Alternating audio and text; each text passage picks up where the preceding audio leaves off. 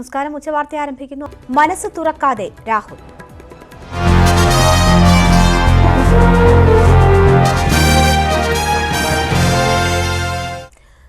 വയനാട്ടിൽ മത്സരിക്കുന്ന കാര്യത്തിൽ മനസ്സ് തുറക്കാതെ രാഹുൽ ഗാന്ധി. അടുത്ത നേതാക്കളോട് പോലും രാഹുൽ ഇതുവരെ തീരുമാനം അറിയിച്ചിട്ടില്ല. രാഹുൽ കേരളത്തിലേക്ക് വരുമെന്ന് KPCC നേതാക്കൾ ആവർത്തിച്ചു പറയുമ്പോഴും കേന്ദ്ര നേതൃത്വത്തിന് വ്യക്തമായ ധാരണയില്ല. KC വേണുഗോപാൽ ഉൾപ്പെടെയുള്ള നേതാക്കൾ രാഹുൽ വയനാട്ടിൽ മത്സരിക്കണം എന്ന നിലപാട് അറിയിച്ചു കഴിഞ്ഞു. കേരളത്തിൽ മത്സരിക്കാൻ എത്തുമോ എന്ന ചോദ്യത്തിന് ചിരി മാത്രമായിരുന്നു രാഹുലിന്റെ ഉത്തരം.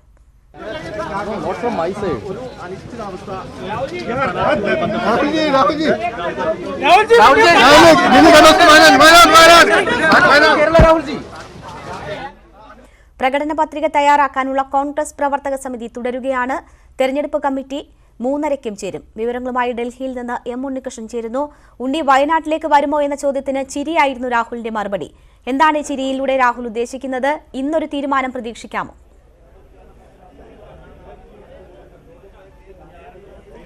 രേണുക, രാഹുൽ ഗാന്ധി ഇതുവരെയും മനസ്സ് തുറന്നിട്ടില്ല. കോൺഗ്രസിന്റെ പ്രവർത്തക സമിതി യോഗത്തിൽ പങ്കെടുക്കുന്നതിനായി AICC ആസ്ഥാനത്ത് എത്തിയപ്പോഴും മാധ്യമപ്രവർത്തകർ ഇതേപ്പറ്റി ചോദിച്ചപ്പോൾ ഒരു ചിരിയിൽ ഒതുക്കുകയായിരുന്നു മറുപടി രാഹുൽ ഗാന്ധി. എന്താണ് രാഹുലിന്റെ മനസ്സിലിരിപ്പ് എന്നതിനെ ആശ്രയിച്ചിരിക്കും ഇന്ന് തീരുമാനമുണ്ടാകുമോ ഇല്ലയോ എന്നതിലുള്ള തുടർ നടപടികൾ. ഇന്നിപ്പോൾ പ്രവർത്തക സമിതി യോഗം AICC ആസ്ഥാനത്ത് പുരോഗമിക്കുമ്പോൾ യോഗത്തിന്റെ പ്രധാന അജണ്ടയായി വന്നിരിക്കുന്നത് തിരഞ്ഞെടുപ്പ് പ്രകടന പത്രിക മാത്രമാണ്. തിരഞ്ഞെടുപ്പ് പ്രകടന പത്രികയ്ക്ക് അന്തിമ അംഗീകാരം നൽകൽ, എപ്പോൾ പ്രകടന പത്രിക പ്രഖ്യാപിക്കണം, പുറത്തിറക്കണം എന്നത് സംബന്ധിച്ചുള്ള ചർച്ചകളാണ് പ്രധാനമായും നടക്കുന്നത് യോഗത്തിൽ. ഏപ്രിൽ ആദ്യവാരം പ്രകടന പത്രികയ്ക്ക് അംഗീകാരം നൽകി അത് പുറത്തിറക്കാനുള്ള നീക്കങ്ങളാണ് നടക്കുന്നത്. ഇത് സംബന്ധിച്ചുള്ള പ്രഖ്യാപനവും പ്രവർത്തക സമിതിയിലെ തീരുമാനവും വിശദീകരിക്കാൻ 2 മണിക്ക് ഔദ്യോഗികമായി വാർത്താ സമ്മേളനം വിളിച്ചു ചേർക്കുകയും ചെയ്തിട്ടുണ്ട് AICC ആസ്ഥാനത്ത് തന്നെ. സ്വാഭാവികമായും രാഹുൽ ഗാന്ധിയുമായി ബന്ധപ്പെട്ട വിഷയങ്ങൾ ഈ ചർച്ചയ്ക്ക് വന്നിട്ടുണ്ടോ എന്ന് ആ വാർത്താ സമ്മേളനത്തിലെ മറുപടികളിലൂടെ മനസ്സിലാക്കാൻ കഴിയും. എന്നാൽ ഇന്നിപ്പോൾ രാവിലെ നേതാക്കളുമായി ബന്ധപ്പെട്ടപ്പോൾ അവർ തന്നെ പറഞ്ഞത് രാഹുൽ വയനാട്ടിൽ മത്സരിക്കുന്ന കാര്യം പ്രവർത്തക സമിതിയിൽ ചർച്ചയ്ക്ക് വരാൻ സാധ്യതയില്ല എന്നുള്ളതാണ്. നാടകീയമായി ഇനി ആരെങ്കിലും അങ്ങനെ ഒരു ആവശ്യം ഉന്നയിച്ചാൽ രാഹുൽ ഗാന്ധി അതിന് മറുപടി നൽകിയാൽ മാത്രമേ അക്കാര്യം യോഗത്തിന്റെ പരിഗണനയ്ക്ക് വരൂ എന്നാണ് നേതാക്കൾ പറഞ്ഞിരുന്നത്. അതുകൊണ്ട് തന്നെ ഇന്നിപ്പോൾ ഒരുപക്ഷെ ഈ യോഗത്തിന് ശേഷം രാഹുൽ ഗാന്ധി സോണിയാഗാന്ധിയുമായി കൂടിക്കാഴ്ച നടത്താൻ സാധ്യതയുണ്ട്. ആ ഒരു കൂടിക്കാഴ്ചയിൽ വയനാട് മത്സരിക്കുമോ എന്നതിൽ തീരുമാനം വരുമെന്ന സൂചനകളും ലഭിക്കുന്നുണ്ട്. ഇന്ന് 3:30 മണിക്കാണ് കേന്ദ്ര തെരഞ്ഞെടുപ്പ് സമിതി യോഗം ചേരുന്നത്. ജാർഖണ്ഡ്, ബീഹാർ, മഹാരാഷ്ട്ര സംസ്ഥാനങ്ങളിലെ അവശേഷിക്കുന്ന സീറ്റുകളിലേക്കുള്ള പ്രഖ്യാപനമാണ് ഈ യോഗത്തിൽ പ്രധാനമായും ഉൾപ്പെടുത്തിയിരിക്കുന്നത്. ഇതിനു പുറമെ രാഹുൽ ഗാന്ധിയുടെ കാര്യത്തിൽ തീരുമാനം വരണമെങ്കിൽ സ്വാഭാവികമായും അദ്ദേഹം സമ്മതം അറിയിക്കണം, വയനാട് മത്സരിക്കാൻ താൻ തയ്യാറാണ് എന്ന കാര്യത്തിൽ. മറിച്ച് അല്ലാത്ത പക്ഷത്തിൽ ഇന്ന് തീരുമാനമുണ്ടാകില്ല. തീരുമാനം നാളത്തേക്ക് വീണ്ടും നീളാനാണ് സാധ്യതയുള്ളത്. ഏതായാലും കേരള നേതാക്കൾ വളരെ ശക്തമായി തന്നെ ഉന്നയിക്കുന്ന ആവശ്യം രാഹുൽ ഗാന്ധി മത്സരിക്കണം, എത്രയും പെട്ടെന്ന് തീരുമാനം ഉണ്ടാക്കണമെന്നതാണ്. M. ഉണ്ണികൃഷ്ണനാണ് ഡൽഹിയിൽ നിന്നും വിവരങ്ങൾ നൽകിയത്. വയനാട്ടിൽ രാഹുൽ ഗാന്ധി മത്സരിക്കുമോ എന്നതിൽ അനിശ്ചിതത്വം തുടരുമ്പോഴും തികഞ്ഞ ആത്മവിശ്വാസത്തിലാണ് കേരളത്തിലെ കോൺഗ്രസ് നേതാക്കൾ. ഒരു അനിശ്ചിതത്വവും ഇല്ലെന്നും പ്രഖ്യാപനം ഉടൻ ഉണ്ടാകുമെന്നുമാണ് പ്രതീക്ഷയെന്ന് ഉമ്മൻചാണ്ടി പ്രതികരിച്ചു. ഇന്ന് വൈകിട്ടോടെ അന്തിമ തീരുമാനം ഉണ്ടാകുമെന്ന് രമേശ് ചെന്നിത്തലയും പറഞ്ഞു. സ്ഥാനാർത്ഥി വിഷയത്തിൽ രാഹുൽ ഗാന്ധിയോ ഹൈക്കമാൻഡോ അനുകൂലമായ പ്രതികരണം ഇതുവരെ നടത്തിയിട്ടില്ല. എന്നാൽ കേരള നേതാക്കൾ തികഞ്ഞ ആത്മവിശ്വാസത്തിലാണ്. ഈ വിഷയത്തിൽ മത്സരിച്ച് പ്രതികരണം നടത്തുന്ന ഉമ്മൻചാണ്ടിയും രമേശ് ചെന്നിത്തലയും തീരുമാനം ഇന്നു തന്നെ ഉണ്ടാകുമെന്നാണ് അവകാശപ്പെടുന്നത്. അതേസമയം KPCC അധ്യക്ഷൻ മുല്ലപ്പള്ളി രാമചന്ദ്രൻ തുടർ പ്രതികരണത്തിന് തയ്യാറായിട്ടില്ല. രാഹുൽ ഗാന്ധിയുടെ സ്ഥാനാർത്ഥിത്വത്തിൽ ഒരു അനിശ്ചിതത്വമില്ലെന്ന് ഉമ്മൻചാണ്ടി. രാഹുൽജി കേരളത്തിൽ നിന്ന് മത്സരിക്കണമെന്ന് ശക്തമായിട്ട് സംസ്ഥാന നേതൃത്വം ഒന്നടങ്കം ആവശ്യപ്പെട്ടിട്ടുണ്ട്. ആ ആവശ്യം അംഗീകരിക്കണമെന്നുള്ളതാണ് ഞങ്ങൾ ആഗ്രഹിക്കുന്നത്. അദ്ദേഹത്തിന്റെ പരിഗണനയിലാണ്. രാഹുൽ ഗാന്ധി വയനാട്ടിൽ മത്സരിക്കുമെന്നതിൽ ശുഭപ്രതീക്ഷയുണ്ടെന്ന രമേശ് ചെന്നിത്തല. ഞങ്ങൾക്ക് ശുഭപ്രതീക്ഷയാണ് ഉള്ളത്. രാഹുൽ ഗാന്ധി കേരളത്തിൽ വയനാട്ടിൽ തന്നെ മത്സരിക്കാൻ വരുമെന്നുള്ള പ്രതീക്ഷയിലാണ് ഞങ്ങൾ ഇരിക്കുന്നത്. ഇടതുപക്ഷത്തിനെതിരെ മത്സരിക്കുന്നത് തെറ്റായ സന്ദേശം നൽകുമെന്ന ആരോപണത്തിനുള്ള മറുപടി ഇങ്ങനെ: CPM-നെയും BJP-യെയും ശത്രുക്കളായി കണ്ടുകൊണ്ട് തന്നെയാണ് നമ്മുടെ പോരാട്ടങ്ങളുമായി മുന്നോട്ട് പോകുന്നത്. തീരുമാനിക്കേണ്ടത് കോൺഗ്രസ് ആണെന്നും രാഹുൽ ഗാന്ധി വന്നാൽ നല്ലതെന്നും മുസ്ലിം ലീഗ് സംസ്ഥാന അധ്യക്ഷൻ പാണക്കാട് ഹൈദരലി ശിഹാബ് തങ്ങൾ. ആര് വന്നാൽ നമുക്ക് നമ്മൾ വേണ്ട വിധത്തിൽ അദ്ദേഹത്തെ സ്വീകരിക്കാം. നമ്മൾ ഇന്നലെ തന്നെ പറഞ്ഞക്കളയാണ്. നമുക്ക് നല്ല ഭാഗ്യം വയനാട്ടിന് അദ്ദേഹം വരാനുണ്ടെങ്കിൽ. ഔദ്യോഗിക പ്രഖ്യാപനം ഉടൻ ഉണ്ടാകുമെന്ന പ്രതീക്ഷയിൽ രാഹുൽ ഗാന്ധിയെ സ്വീകരിക്കാനുള്ള ഒരുക്കങ്ങൾക്ക് DCCകളോട് നിർദ്ദേശം നൽകി കഴിഞ്ഞു. Political bureau, news 18. രാഹുൽ ഗാന്ധിയുടെ വരവിൽ ആശയക്കുഴപ്പം തുടരുമ്പോഴും വയനാട്ടിൽ കോൺഗ്രസ് പ്രവർത്തകർ രാഹുലിന് വേണ്ടിയുള്ള പ്രചാരണവുമായി മുന്നോട്ടു പോവുകയാണ്. മത്സരത്തിൽ നിന്നും പിന്മാറിയ ടി സിദ്ദിഖ് തന്നെയാണ് പ്രചാരണത്തിന് ചുക്കാൻ പിടിക്കുന്നത്. രാഹുലിനെ വരവേൽക്കാൻ മണ്ഡലം ഒരുങ്ങിക്കഴിഞ്ഞുവെന്ന് DCC നേതാക്കൾ പറയുന്നു. പാർട്ടി പ്രഖ്യാപിച്ചില്ലെങ്കിലും വയനാട്ടിലെ അണികൾക്ക് ഇപ്പോൾ രാഹുൽ തന്നെയാണ് സ്ഥാനാർത്ഥി. രാഹുലിന് വേണ്ടി പ്രവർത്തകർ മാത്രമല്ല, പോസ്റ്ററുകളും ബാനറുകളുമെല്ലാം സജ്ജം. മാധ്യമങ്ങൾ പറയുന്ന അനിശ്ചിതത്വവും അവ്യക്തതയുമൊന്നും അണികൾക്കില്ല. തിരഞ്ഞെടുപ്പ് പ്രചരണവുമായി അവർ മുന്നോട്ടു തന്നെയാണ്. പഞ്ചായത്ത് ബൂത്ത് യോഗങ്ങൾ നിശ്ചയിച്ച തീയതിക്ക് മുമ്പ് പൂർത്തിയാക്കാനാണ് തീരുമാനം. സിദ്ദിഖിനു വേണ്ടി മണ്ഡലത്തിൽ ഉയർന്ന പ്രചാരണ ബോർഡുകളെല്ലാം മാറ്റിക്കഴിഞ്ഞു. എങ്കിലും പ്രചരണത്തിൽ സിദ്ദിഖ് തന്നെയാണ് താരം. കാത്തിരിപ്പിന് ഉടൻ വിരാമമാകുമെന്ന് സിദ്ദിഖ് പറയുന്നു. ഒരുപാട് വികസന പ്രശ്നങ്ങൾ നമുക്ക് പരിഹരിക്കപ്പെടേണ്ടതുണ്ട്. ഈ അവികസിതമായിട്ടുള്ള ഈ ജില്ല ഒരു അനുഗ്രഹീത നേതൃത്വം കിട്ടും എന്നുള്ളതായിരിക്കുന്ന വലിയ ഒരു സന്തോഷത്തിലാണ്. വയനാട് എ ഗ്രൂപ്പിന് വിട്ടുകൊടുത്തതിൽ ഐ ഗ്രൂപ്പ് കലാപം ഉയർത്തുന്നതിനിടെയാണ് രാഹുൽ മണ്ഡലത്തിലേക്കെത്തുമെന്ന വാർത്ത പുറത്തുവന്നത്. ഇതോടെ കോൺഗ്രസ് പ്രവർത്തകരിലെ ഗ്രൂപ്പ് വൈരം ആവേശത്തിന് വഴിമാറി. ന്യൂസ് 18 വയനാട്. വടകരയിലെ സ്ഥാനാർത്ഥിത്വത്തെക്കുറിച്ച് ആശങ്കയില്ലെന്ന് കെ മുരളീധരൻ. കിട്ടേണ്ടടുത്തു നിന്നൊക്കെ അനുവാദം കിട്ടിയിട്ടാണ് പ്രചാരണം ആരംഭിച്ചത്. വട്ടിയൂർക്കാവിൽ BJP മുന്നേറ്റമുണ്ടാക്കാതിരിക്കാൻ വേണ്ടതൊക്കെ ചെയ്യുന്നുണ്ട്. രാഹുൽ ഗാന്ധി വയനാട്ടിൽ മത്സരിക്കുമെന്നാണ് പ്രതീക്ഷയെന്നും മുരളീധരൻ വടകരയിൽ പറഞ്ഞു. അതിൽ യാതൊരു പ്രശ്നവുമില്ല. അതൊന്നും ഞങ്ങളുടെ പ്രവർത്തനങ്ങളെ ബാധിച്ചിട്ടില്ല. എല്ലാം ചോദിക്കേണ്ട സ്ഥലത്ത് അനുവാദം ചോദിച്ചതിന് ശേഷം തന്നെയാണ് പ്രവർത്തനം ആരംഭിച്ചിട്ടുള്ളത്. ഇപ്പോഴത് വളരെ നന്നായിട്ട് മുന്നോട്ട് പോകുന്നുണ്ട്. ഒരു പ്രശ്നവുമില്ല. രാഹുൽ ഗാന്ധി വരുന്നതാണ് എല്ലാവരും പ്രതീക്ഷ. അതിപ്പോൾ ഏതായാലും അധിക സമയം കാത്തിരിക്കേണ്ടല്ലോ. ഏതാനും മണിക്കൂറുകൾ കഴിഞ്ഞാൽ അതറിയാം. തെരഞ്ഞെടുപ്പ് പ്രവർത്തനങ്ങൾ വിലയിരുത്താൻ BJP കോർ കമ്മിറ്റി യോഗം ഇന്ന് ചേരും. രാഹുൽ ഗാന്ധി മത്സരിക്കുന്നുവെങ്കിൽ വയനാട് സീറ്റ് BDJSൽ നിന്ന് ഏറ്റെടുക്കുന്നതിൽ BJP കോർ കമ്മിറ്റി തീരുമാനമെടുക്കും. സ്ഥാനാർത്ഥി നിർണയത്തിലെ തർക്കങ്ങളും യോഗത്തിൽ ചർച്ചയാകും. എന്നാൽ വയനാട് സീറ്റ് വിട്ടു നൽകില്ലെന്നും സ്ഥാനാർത്ഥികളെ നാളെ പ്രഖ്യാപിക്കുമെന്നാണ് BDJSന്റെ നിലപാട്. ഡൽഹിയിൽ AAPയുമായി സഖ്യത്തിലേർപ്പെടുന്നതിൽ കോൺഗ്രസിൽ ധാരണയായില്ല. ഡൽഹിയുടെ ചുമതലയുള്ള AICC സെക്രട്ടറി PC ചാക്കോയുടെ നേതൃത്വത്തിൽ രാഹുൽ ഗാന്ധിയുമായി ചർച്ച നടത്തി. ലോക്സഭാ തെരഞ്ഞെടുപ്പിൽ സഖ്യമായി മത്സരിക്കണമെന്നാണ് ഭൂരിപക്ഷം നേതാക്കളുടെയും അഭിപ്രായം. എന്നാൽ കഴിഞ്ഞ തെരഞ്ഞെടുപ്പിൽ കോൺഗ്രസിനെ തൂത്തുവാരിയ AAPയുമായി സഖ്യം പറ്റില്ലെന്ന നിലപാട് PCC അധ്യക്ഷ ഷീല ദീക്ഷിത് ഉൾപ്പെടെയുള്ള നേതാക്കൾ ആവർത്തിച്ചു. ഇരു പാർട്ടികളും 3 സീറ്റുകൾ വീതം പങ്കിടുകയും ഒരു സീറ്റിൽ പൊതുസമ്മതനെ നിർത്തുകയും വേണമെന്നാണ് AAPയുടെ നിർദ്ദേശം. ലോക്സഭാ തെരഞ്ഞെടുപ്പിൽ 50% VVPAT എണ്ണണമെന്ന പ്രതിപക്ഷ പാർട്ടികളുടെ ആവശ്യത്തിനെതിരായ തെരഞ്ഞെടുപ്പ് കമ്മീഷൻ നിലപാട് ചോദ്യം ചെയ്ത് സുപ്രീംകോടതി. ജുഡീഷ്യറി അടക്കം എല്ലാ സ്ഥാപനങ്ങളും അഭിപ്രായങ്ങളും നിർദ്ദേശങ്ങളും സ്വീകരിക്കണമെന്ന് ചീഫ് ജസ്റ്റിസ് രഞ്ജൻ ഗൊഗോയ് പറഞ്ഞു. മെച്ചപ്പെടുത്തലിന് എല്ലായ്പ്പോഴും സാധ്യതയുണ്ട്. പ്രോട്ടോക്കോളും നടപടിക്രമങ്ങളും കൃത്യമായി നവീകരിച്ചിരുന്നുവെങ്കിൽ VVPAT നിർബന്ധമാക്കാൻ സുപ്രീംകോടതിക്ക് എന്തുകൊണ്ട് ഇടപെടേണ്ടി വന്നുവെന്നും ചീഫ് ജസ്റ്റിസ് ചോദിച്ചു. ഒരു മണ്ഡലത്തിൽ ഒരു ബൂത്തിലെ VVPAT എണ്ണുന്ന നിലവിലെ രീതി തന്നെ ഫലപ്രദമാണെന്നായിരുന്നു കമ്മീഷന്റെ വാദം. ഇക്കാര്യത്തിൽ ബുദ്ധിമുട്ട് വ്യക്തമാക്കി വ്യാഴാഴ്ചയ്ക്കകം സത്യവാങ്മൂലം നൽകാൻ കോടതി ആവശ്യപ്പെട്ടു. 21 പ്രതിപക്ഷ പാർട്ടികൾ നൽകിയ ഹർജിയിൽ തിങ്കളാഴ്ച വാദം കേൾക്കും. സംസ്ഥാനത്ത് കൊടും ചൂട് വെള്ളിയാഴ്ച വരെ തുടരുമെന്ന് മുന്നറിയിപ്പ്. 5 ജില്ലകളിൽ താപനില 3 മുതൽ 4 ഡിഗ്രി വരെ ഉയർന്നേക്കും. ഈ മാസം സൂര്യാതാപത്തിൽ പൊള്ളലേറ്റ് ചികിത്സ തേടിയവരുടെ എണ്ണം 125ആയി. കൊല്ലം, ആലപ്പുഴ, കോട്ടയം, എറണാകുളം, തൃശൂർ, പാലക്കാട് ജില്ലകളിലാണ് കനത്ത ചൂട് അനുഭവപ്പെടുന്നത്. വരും ദിവസങ്ങളിൽ ഈ ജില്ലകളിൽ താപനില ശരാശരിയിൽ നിന്ന് 3 മുതൽ 4 ഡിഗ്രി സെൽഷ്യസ് വരെ ഉയരാൻ സാധ്യതയുണ്ട്. വയനാടും ഇടുക്കിയും ഒഴികെയുള്ള മറ്റ് ജില്ലകളിലും ശരാശരിക്ക് മുകളിലായിരിക്കും താപനില. ഈ പശ്ചാത്തലത്തിൽ വെള്ളിയാഴ്ച വരെ ജാഗ്രത തുടരാനാണ് നിർദ്ദേശം. ഈ മാസം ഇതുവരെ 125 പേരാണ് വിവിധ ജില്ലകളിൽ സൂര്യാതപത്തിൽ പൊള്ളലേറ്റ് ചികിത്സ തേടിയത്. സാംക്രമിക രോഗങ്ങൾക്കെതിരെ ജാഗ്രത പാലിക്കണമെന്ന് ആരോഗ്യമന്ത്രി KK ശൈലജ.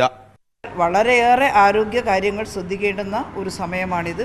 അപ്പോൾ ഈ കാലാവസ്ഥക്കനുസരിച്ച് എല്ലാം ക്രമീകരിക്കാൻ ആളുകൾ പഠിക്കണം. വരൾച്ചാ മുൻകരുതൽ നടപടികൾക്കായി ജില്ലാ കളക്ടർമാർക്ക് 50 ലക്ഷം രൂപ വീതം അനുവദിച്ചിട്ടുണ്ട്.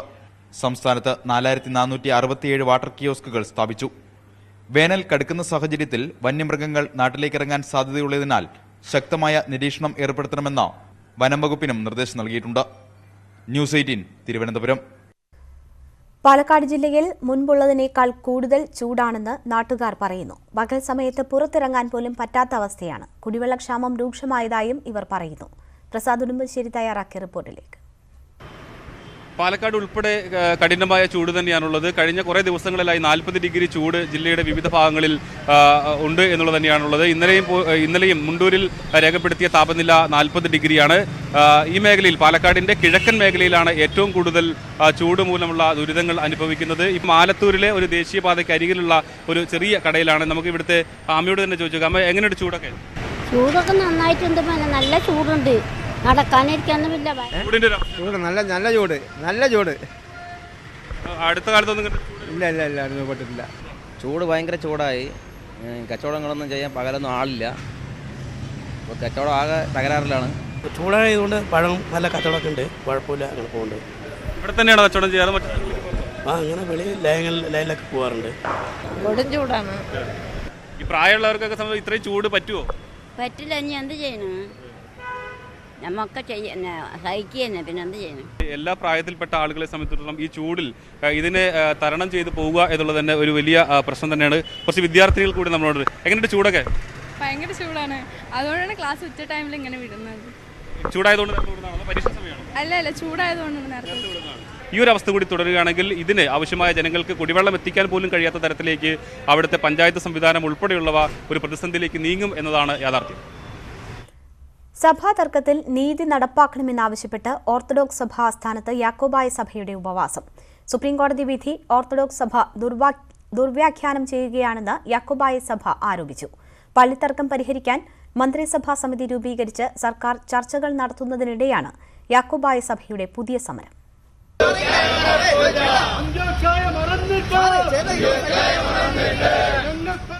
പള്ളിത്തർക്കത്തിൽ ഓർത്തഡോക്സ് സഭ അതിക്രമം കാട്ടുന്നുവെന്നാരോപിച്ചാണ് യാക്കോബായ സഭയുടെ ഏകദിന ഉപവാസം. നീതി നടപ്പാക്കാൻ സർക്കാർ തയ്യാറാകണം. ഇക്കാര്യത്തിൽ വിട്ടുവീഴ്ചയ്ക്കില്ലെന്നും യാക്കോബായ സഭ വ്യക്തമാക്കി.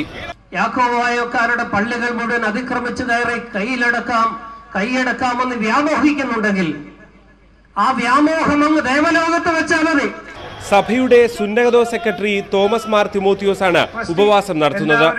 പള്ളിത്തർക്കം തെരഞ്ഞെടുപ്പിൽ വിഷയമാകില്ലെന്നും സർക്കാർ യാക്കോബായ സഭയ്ക്കൊപ്പം ആണെന്ന് കരുതുന്നില്ലെന്നും തോമസ് മാർ തിമോത്തിയോസ് ന്യൂസ് 18 പറഞ്ഞു. ഞങ്ങളുടെ വിശ്വാസികൾ അവർ പല പാർട്ടികളിലുള്ളവരാണ്, അവർക്ക് സ്വാതന്ത്ര്യമുണ്ട്. അവർ സർക്കാർ നിഷ്പക്ഷമായിട്ടാണ് നിൽക്കേണ്ടത്. സർക്കാർ തെറ്റായ കാര്യങ്ങൾക്ക് മുൻകാലങ്ങളിൽ അതിനെ അനുകൂലിച്ചിട്ടില്ല എന്നാണ് മനസ്സിലാക്കുന്നത്. പെരുമ്പാവൂർ ബഥേൽ സുലോക്ക പള്ളിയിലെ യാക്കോബായ ഓർത്തഡോക്സ് തർക്കം പരിഹരിക്കാൻ കൊച്ചിയിൽ ഇന്ന് ചർച്ച നടത്തും. ജില്ലാ കളക്ടറുടെ സാന്നിധ്യത്തിലാണ് ചർച്ച. അതേസമയം പള്ളിത്തർക്കത്തിൽ സ്വീകരിക്കേണ്ട തുടർ നടപടികൾ ചർച്ച ചെയ്യാൻ ഓർത്തഡോക്സ് സഭ അടിയന്തര സുന്നതദോസും മാനേജിംഗ് കമ്മിറ്റി യോഗവും വിളിച്ചിട്ടുണ്ട്. ന്യൂസ് 18 കൊച്ചി, കോട്ടയം. ശബരിമലയുമായി ബന്ധപ്പെട്ട ഹർജികൾ ഹൈക്കോടതിയിൽ നിന്ന് മാറ്റണമെന്ന സർക്കാരിന്റെ ആവശ്യം സുപ്രീംകോടതി തള്ളി. നിരീക്ഷണ സമിതിയെ നിയമിച്ച ഹൈക്കോടതി ഉത്തരവിൽ ഇടപെടാനും കോടതി വിസമ്മതിച്ചു. പമ്പയിലേക്ക് വാഹന ഗതാഗതം അനുവദിക്കണമെന്നാവശ്യപ്പെട്ട് ഹിന്ദു ഐക്യവേദി നേതാവ് RV ബാബു നൽകിയ ഹർജിയും സുപ്രീംകോടതി തള്ളി. ശബരിമല നിരീക്ഷണ സമിതിയെ നിയമിച്ച ഹൈക്കോടതി ഉത്തരവടക്കം ചോദ്യം ചെയ്ത് സംസ്ഥാന സർക്കാർ നൽകിയ ഹർജികൾ പരിഗണിക്കാനാണ് സുപ്രീംകോടതി വിസമ്മതിച്ചത്. യുവതീ പ്രവേശന വിധിക്കെതിരായ പുനഃപരിശോധനാ ഹർജിയിൽ കോടതി വിധി പറയാനിരിക്കെ ശബരിമലയുമായി ബന്ധപ്പെട്ട 9 ഹർജികൾ ഹൈക്കോടതിയുടെ പരിഗണനയിലുണ്ടെന്ന് സർക്കാർ ചൂണ്ടിക്കാട്ടി. നിരീക്ഷണ സമിതിക്കെതിരെ നൽകിയ ഹർജിയിൽ പ്രത്യേകം വാദം കേൾക്കണം. എന്നാൽ നിരീക്ഷണ സമിതിയെ നിയമിച്ച് ഹൈക്കോടതി ഇറക്കിയത് ഇടക്കാല ഉത്തരവാണെന്നും ഇതിനെതിരെ ഹൈക്കോടതിയെ തന്നെയാണ് സമീപിക്കേണ്ടതെന്നും ചീഫ് ജസ്റ്റിസ് അധ്യക്ഷനായ ബെഞ്ച് വ്യക്തമാക്കി. ഹർജികൾ നേരത്തെ നൽകിയതാണെന്നും സുപ്രീംകോടതിയുടെ ഇപ്പോഴത്തെ തീരുമാനത്തെ സ്വാഗതം ചെയ്യുന്നതായും ദേവസ്വം മന്ത്രി കടകംപള്ളി സുരേന്ദ്രൻ. സുപ്രീം കോടതിയുടെ ഉത്തരവ് ഏതെങ്കിലും തരത്തിലുള്ള തിരിച്ചടിയായി സർക്കാർ കരുതുന്നില്ല. സർക്കാർ സുപ്രീം കോടതിയെ സമീപിക്കാനുണ്ടായ സാഹചര്യം നമുക്കെല്ലാവർക്കും ഓർമ്മയുണ്ട്. ഇപ്പോൾ 3.5 മാസക്കാലം കഴിഞ്ഞിരിക്കുന്നു. സാഹചര്യങ്ങളിൽ തന്നെ വലിയ മാറ്റം വന്നിട്ടുണ്ട്. സിറ്റുവേഷൻസ് ആകെ മാറിയിരിക്കുന്നു. ആ സാഹചര്യത്തിൽ ബഹുമാനപ്പെട്ട ഹൈക്കോടതി തന്നെ ഇക്കാര്യത്തിൽ ഇടപെട്ടാൽ മതിയാകുമെന്ന സുപ്രീം കോടതിയുടെ നിരീക്ഷണം ഞങ്ങൾ സ്വീകരിക്കുകയാണ്. പമ്പയിലേക്ക് സ്വകാര്യ വാഹനങ്ങൾക്ക് നിയന്ത്രണം ഏർപ്പെടുത്തിയതിനെതിരെ RV ബാബു നൽകിയ ഹർജിയെ ചീഫ് ജസ്റ്റിസ് വിമർശിച്ചു. ശബരിമലയുടെ മുകളിലേക്ക് വാഹനം പോകണമെന്നും എത്ര രൂപ ഈടാക്കണമെന്നുമൊക്കെ സുപ്രീം കോടതി തീരുമാനിക്കണമെന്ന് പറയുന്നത് വിഡ്ഢിത്തമാണെന്നായിരുന്നു ഹർജി തള്ളിക്കൊണ്ട് കോടതി വിമർശനം. ശബരിമല യുവതീ പ്രവേശനവുമായി ബന്ധപ്പെട്ട പുനഃപരിശോധനാ ഹർജികൾ ഫെബ്രുവരി 6 വാദം കേട്ട് വിധി പറയാനായി ഭരണഘടനാ ബെഞ്ച് മാറ്റിയിരുന്നു. വിധി എപ്പോൾ ഉണ്ടാകുമെന്ന് വ്യക്തമല്ല. ന്യൂസ് 18 ഡൽഹി. ഇടത് സ്ഥാനാർത്ഥിക്ക് സ്വീകരണം നൽകിയ താലൂക്ക് യൂണിയൻ NSS നേതൃത്വം പിരിച്ചുവിട്ടു. മാവേലിക്കര ലോക്സഭാ മണ്ഡലത്തിലെ ഇടത് സ്ഥാനാർത്ഥി ചിറ്റയം ഗോപകുമാറിന് സ്വീകരണം നൽകിയതിനെ തുടർന്ന് NSS മാവേലിക്കര താലൂക്ക് യൂണിയൻ കമ്മിറ്റിയാണ് പിരിച്ചുവിട്ടത്. യൂണിയൻ ഓഫീസിൽ സ്വീകരണം നൽകിയത് വിവാദമായതോടെ പ്രസിഡന്റ് ഒഴികെയുള്ള താലൂക്ക് യൂണിയൻ കമ്മിറ്റി അംഗങ്ങളെ ചങ്ങനാശ്ശേരിയിലെ NSS ആസ്ഥാനത്തേക്ക് വിളിപ്പിച്ച് രാജി എഴുതി വാങ്ങുകയായിരുന്നു. ഇതിന് പിന്നാലെയാണ് യൂണിയൻ പിരിച്ചുവിട്ടത്. ഇതേക്കുറിച്ച് അന്വേഷിക്കാൻ 5-അംഗ അഡ്ഹോക് കമ്മിറ്റിയെ നിയോഗിക്കുകയും ചെയ്തു. വാർത്തകൾ തുടരുന്നു. ലക്കിടി വെടിവയ്പ്പിന് പകരം ചോദിക്കുമെന്ന ഭീഷണിയുമായി വയനാട്ടിൽ മാവോയിസ്റ്റ് പോസ്റ്ററുകൾ. കഴിഞ്ഞ ദിവസം 2 ഇടത്ത് മാവോയിസ്റ്റുകളെ കണ്ടതായി നാട്ടുകാർ പറയുന്നു. തലപ്പുഴയിൽ 4-അംഗ സംഘം ലഘുലേഖകളും വിതരണം ചെയ്തു. മാർച്ച് 6-ന് ലക്കിടി ഉപവൻ റിസോർട്ടിൽ CP ജലീലിനെ വെടിവെച്ചു കൊന്നതിന് പകരം ചോദിക്കുമെന്നാണ് മാവോയിസ്റ്റ് ഭീഷണി. ഭരണകൂടവും റിസോർട്ട് ഉടമയും തണ്ടർബോൾട്ടും നടത്തിയ ഗൂഢാലോചനയുടെ ഭാഗമായാണ് റിസോർട്ടിൽ വെടിവെപ്പുണ്ടായതെന്ന് CPI മാവോയിസ്റ്റ് പ്രസിദ്ധീകരണമായ കാട്ടുതീയുടെ മാർച്ച് ലക്കത്തിൽ പറയുന്നു. കൊലയാളികൾക്ക് മാപ്പില്ലെന്ന പോസ്റ്ററുകൾ സുഗന്ധഗിരിയിലാണ് പ്രത്യക്ഷപ്പെട്ടത്. തലപ്പുഴ മക്കിമലയിലെത്തിയ 4-അംഗ സംഘം ലഘുലേഖകൾ വിതരണം ചെയ്തു. മുദ്രാവാക്യം വിളിച്ച് പലചരക്ക് കടയിൽ നിന്ന് സാധനങ്ങൾ വാങ്ങിച്ചാണ് സംഘം മടങ്ങിയതെന്ന് പോലീസ് പറയുന്നു. കബനിതളം പ്രവർത്തകരാണ് സംഘത്തിലുള്ളത്. ഒരാഴ്ച മുമ്പ് കോഴിക്കോട് നിലമ്പൂർ വനാതിർത്തിയിലെ നായാടംപൊയിലിലെ ആദിവാസി കോളനിയിൽ നാടുകാണിതളം പ്രവർത്തകരെത്തിയതായി പോലീസ് സ്ഥിരീകരിച്ചിരുന്നു. തെരഞ്ഞെടുപ്പ് അടുത്തിരിക്കെ മാവോയിസ്റ്റുകൾ കാടിറങ്ങുന്നത് ഭരണകൂടത്തിന് വീണ്ടും തലവേദനയായിട്ടുണ്ട്. ന്യൂസ് 18 വയനാട്. തിരുവനന്തപുരം നഗരത്തിൽ വീണ്ടും ഗുണ്ട കുടിപ്പക മൂലം കൊലപാതകം. നിരവധി ക്രിമിനൽ കേസുകളിൽ പ്രതിയായ ബാട്ടൺ ഹിൽ കോളനി നിവാസി അനിൽ SP-യെ ഇന്നലെ രാത്രി വെട്ടിക്കൊലപ്പെടുത്തി. മറ്റൊരു ഗുണ്ടാ നേതാവായ ജീവന്റെ നേതൃത്വത്തിലാണ് കൊലപാതകമെന്ന് പോലീസ് പറഞ്ഞു. നഗരത്തിൽ 1 മാസത്തിനിടെ 3ാമത്തെ കൊലപാതകമാണ് ഇത്. ഇന്നലെ രാത്രി 11 മണിയോടെയാണ് സംഭവം. വീട്ടിലേക്ക് പോവുകയായിരുന്ന അനിലിനെ ബാട്ടൺ ഹിൽ ലോ കോളേജിന് പിൻഭാഗത്താണ് ആക്രമിച്ചത്. അരമണിക്കൂറോളം രക്തം വാർന്ന റോഡിൽ കിടന്ന ഇയാളെ പോലീസ് എത്തി മെഡിക്കൽ കോളേജ് ആശുപത്രിയിലേക്ക് കൊണ്ടുപോയെങ്കിലും എത്തും മുൻപ് മരിച്ചു. ബാട്ടൺ ഹിൽ സ്വദേശി ജീവനൊപ്പം മറ്റു 3 പേരും കൊലപാതകത്തിൽ പങ്കെടുത്തെന്നാണ് പോലീസിന് ലഭിച്ച മൊഴി. അനിലും സംഘവും 1.5 വർഷം മുൻപ് ജീവന്റെ വീട് കയറി ആക്രമിച്ചിരുന്നു. ഇതിന്റെ പ്രതികാരമാണ് കൊലപാതകമെന്നാണ് പോലീസ് നിഗമനം. വർഷങ്ങളായിട്ടുള്ള ഗുണ്ട പായാണ് വന്നിരിക്കുന്നത്. പ്രധാന ഇത് കഞ്ചാവ് മയക്കുമരുന്ന് ലോബികളാണ് അതിൻ്റെ പുറകിൽ. ഇത് സ്ഥിരമായി ഏറ്റുമുട്ടലുണ്ടാവുക, അവരെ പോലീസ് അറസ്റ്റ് ചെയ്യും, പിന്നെ തന്നെ ജാമ്യത്തിൽ വിട്ടുനിറങ്ങും. അപ്പോൾ പിന്നെ വീണ്ടും ആക്രമണത്തിലേക്ക് പോകും. ഇപ്പോഴത്തെ സാഹചര്യം എന്ന് വെച്ചാൽ ഇപ്പോൾ ഇരിക്കുന്ന പോലീസ് ഓഫീസർ മൊത്തം മാറിയിട്ടുണ്ട്. ഈ ഇലക്ഷൻ ആയതുകൊണ്ട് തിരുവനന്തപുരം ജില്ലയിലെ കൊല്ലത്തുള്ള ഇവിടെയാണ്. അപ്പോൾ അതുകൊണ്ട് തന്നെ ഇവരെ വ്യക്തമായിട്ട് ഐഡന്റിഫൈ ചെയ്യാൻ വേണ്ടി കഴിയുന്ന ആളുകളില്ല. കൊല്ലപ്പെട്ട അനിലിനെതിരെ കൊലപാതകമടക്കം 6ഓളം കേസുകളുണ്ട്. ഓട്ടോറിക്ഷ തൊഴിലാളിയായി അനിൽ BMS പ്രവർത്തകനായിരുന്നു. പ്രതി ജീവൻ മുൻപ് 2 തവണ കാപ്പ നിയമപ്രകാരം തടവ് ശിക്ഷ അനുഭവിച്ചിട്ടുണ്ട്. അതിനിടെ വീണ്ടും കസ്റ്റഡിയിലെടുത്ത ജീവനെ 1 ദിവസത്തെ കരുതൽ തടങ്കിന് ശേഷം ശനിയാഴ്ചയാണ് വിട്ടയച്ചത്. കരമനയിൽ അനന്തു ഗിരീഷിനെയും ശ്രീവരാഹത്ത് ശ്യാമിനെയും കൊലപ്പെടുത്തിയതിനു പിന്നാലെ തലസ്ഥാനത്ത് ഈ മാസം 3ാമത്തെ കൊലയാണിത്. ന്യൂസ് 18 തിരുവനന്തപുരം. ന്യൂസിലൻഡിൽ ഭീകരാക്രമണത്തിൽ മരിച്ച കൊടുങ്ങല്ലൂർ സ്വദേശി ആൻസി അലിബാവയ്ക്ക് നാടിന്റെ അന്ത്യാഞ്ജലി. പുലർച്ചെ നെടുമ്പാശ്ശേരിയിൽ എത്തിച്ച മൃതദേഹം സ്വദേശമായ കൊടുങ്ങല്ലൂരിലേക്ക് കൊണ്ടുപോയി. പൊതുദർശനത്തിന് ശേഷം ചേരമാൻ ജുമാ മസ്ജിദ് ഖബർസ്ഥാനിലായിരുന്നു സംസ്കാര ചടങ്ങുകൾ. പുലർച്ചെ 3:30-യോടെ നെടുമ്പാശ്ശേരിയിൽ എത്തിച്ച മൃതദേഹം ബന്ധുക്കളും ജനപ്രതിനിധികളും ഉദ്യോഗസ്ഥരും ചേർന്ന് ഏറ്റുവാങ്ങി. ഇരിങ്ങാലക്കുട RDO കാർത്യായനി ദേവി, MLA-മാരായ അൻവർ സാദത്ത്, ഹൈബി ഈഡൻ, ഇബ്രാഹിം കുഞ്ഞ്, റോജി M. ജോൺ എന്നിവർ സന്നിഹിതരായിരുന്നു. ഭർത്താവ് അബ്ദുൽ നാസറിന്റെ വീട്ടിലെത്തിച്ച മൃതദേഹം 9 മണിയോടെ കൊടുങ്ങല്ലൂർ കമ്മ്യൂണിറ്റി സെന്ററിലേക്ക് പൊതുദർശനത്തിനായി കൊണ്ടുവന്നു. മന്ത്രി C. രവീന്ദ്രനാഥ്, ഇന്നസെന്റ്, ബെന്നി ബെഹനാൻ എന്നിവർ അന്തിമോപചാരം അർപ്പിച്ചു. ചേരമൺ ജുമാ മസ്ജിദിലാണ് ഖബറടക്ക ചടങ്ങുകൾ നടന്നത്. നാട്ടിലേക്ക് വരാനിരിക്കുമ്പോഴായിരുന്നു ആക്രമണം. ഹയർ സ്റ്റഡീസ് എന്നുള്ള ഉദ്ദേശത്തോടുകൂടിയാണ് അവിടെ പോയത്. അവിടെ ന്യൂസിലാൻഡിലെ ലിങ്കൺ യൂണിവേഴ്സിറ്റിയിൽ അഗ്രി ബിസിനസ് എന്ന കോഴ്സ് ചെയ്യാൻ വേണ്ടിയാണ് പോയത്. ഇപ്പോൾ ഏകദേശം 1 വർഷം 2 മാസം കഴിഞ്ഞ് ഏപ്രിലിൽ അവരെ ബിരുദ പഠനം പൂർത്തീകരിച്ച് ഒരു 6 മാസത്തെ ഇന്റേൺഷിപ്പ് കൂടി കഴിഞ്ഞാൽ തിരിച്ചു പോകാനിരിക്കുന്നൊരു സ്ഥിതി ഉണ്ടായിരുന്നത്. അൻസിക്കൊപ്പം ഉണ്ടായിരുന്ന ഭർത്താവ് അബ്ദുൽ നാസർ അത്ഭുതകരമായി രക്ഷപ്പെടുകയായിരുന്നു. ന്യൂസിലാൻഡ് കാർഷിക സർവകലാശാലയിൽ വിദ്യാർത്ഥിനിയായിരുന്നു അൻസി. ന്യൂസ് 18 കൊച്ചി. സ്വർണം വെള്ളി നിരക്കുകൾ. സ്വർണം ഗ്രാമിന് 3005 രൂപ, പവന് 24,040 രൂപ. വെള്ളി ഗ്രാമിന് 43 രൂപ. പ്ലാറ്റിനം ഗ്രാമിന് 2544 രൂപ. തരകൻസ് റോയൽ ജ്വല്ലറി ഇന്നത്തെ സ്വർണ്ണവില നിങ്ങൾക്കായി സമർപ്പിക്കുന്നത് ഇരുട്ടിലും മിന്നും firefly diamonds, behalf of Tharakans royal jewellery, Kunnamkulam, Sharjah. പ്രകടന പത്രിക തയ്യാറാക്കാനുള്ള കോൺഗ്രസ് പ്രവർത്തക സമിതി അവസാനിച്ചു. അല്പസമയത്തിനകം കോൺഗ്രസ് അധ്യക്ഷൻ രാഹുൽ ഗാന്ധി മാധ്യമങ്ങളെ കാണും.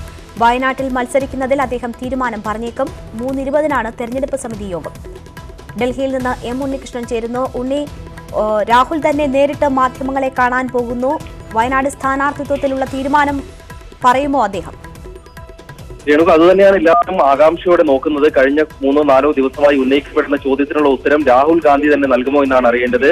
കോൺഗ്രസിന്റെ പ്രവർത്തക സമിതി യോഗത്തിന് ശേഷമാണ് രാഹുൽ ഗാന്ധി മാധ്യമങ്ങളെ കാണുമെന്ന സന്ദേശം കോൺഗ്രസ് മാധ്യമ വിഭാഗത്തിൽ നിന്നും എത്തിയിരിക്കുന്നത്. അല്പസമയം മുമ്പാണ് ഈ ഒരു സന്ദേശം എത്തിയത്. അതായത് നേരത്തെ നിശ്ചയിച്ച ഒരു പദ്ധതിയല്ല, പെട്ടെന്ന് തന്നെ രാഹുൽ ഗാന്ധി മാധ്യമങ്ങളെ കാണാൻ തീരുമാനിക്കുകയായിരുന്നു.